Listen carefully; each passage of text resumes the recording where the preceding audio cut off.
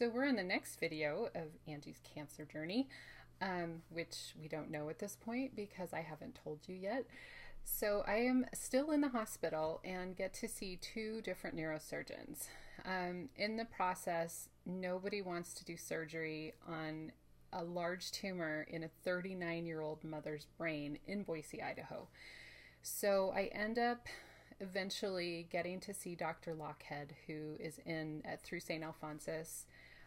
He refers me out to San Francisco.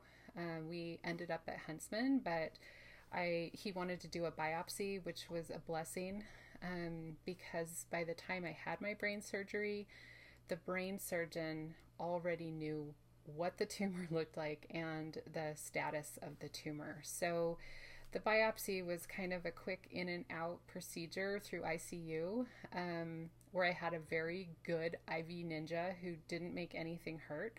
I'll talk more about the IVs later.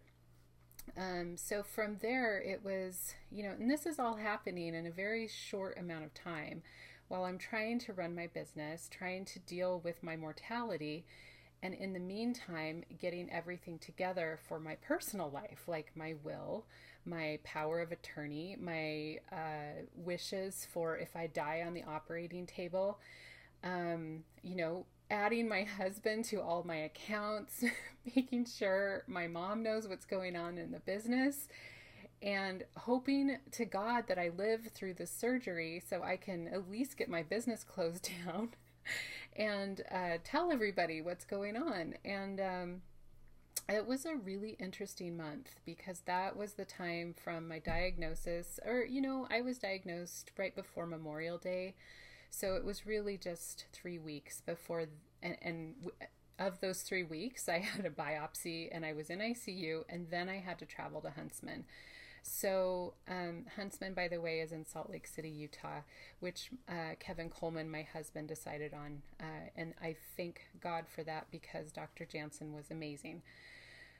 So that gets us to the next part of my journey, which is the brain surgery. So really talking to Dr. Jansen was very encouraging. He is a very kind man, knows what he's doing. He's older, so I know he's done a lot of surgeries, and more importantly, I had a really good feeling about him, which to me is just, it's like, I get the tingles whenever I'm doing the right thing, and I had the tingles after I talked to Dr. Jansen. I knew I was making the right move, and that was it for me. So day of the surgery, it was frightening. Luckily, I had had an attorney that made everything happen. And so the day of the surgery, I don't know what I can tell you other than it lasted for 6 hours. I have no idea what happened during it, and I don't have any desire to see that surgery at all. I don't want to see my head cut open and, the scar that's here now and how they formed that. It would just be terrifying. So the surgery, I guess, took about 6 hours, and when I came out of it, I was so lethargic. I didn't feel good. I couldn't remember anything. I was really, really grateful that I was alive. But apart from that, I was not myself. And there was nothing scarier than not being myself.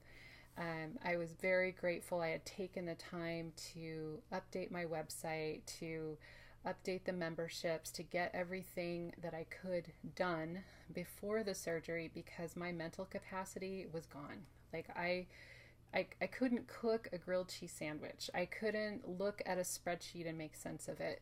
There was nothing I could do that was remotely normal to what I had done before the surgery. That has all changed now. So I will talk about that and the recovery period in the next couple of videos. Again, if you want to talk more, just visit my website, angelasheltry.com.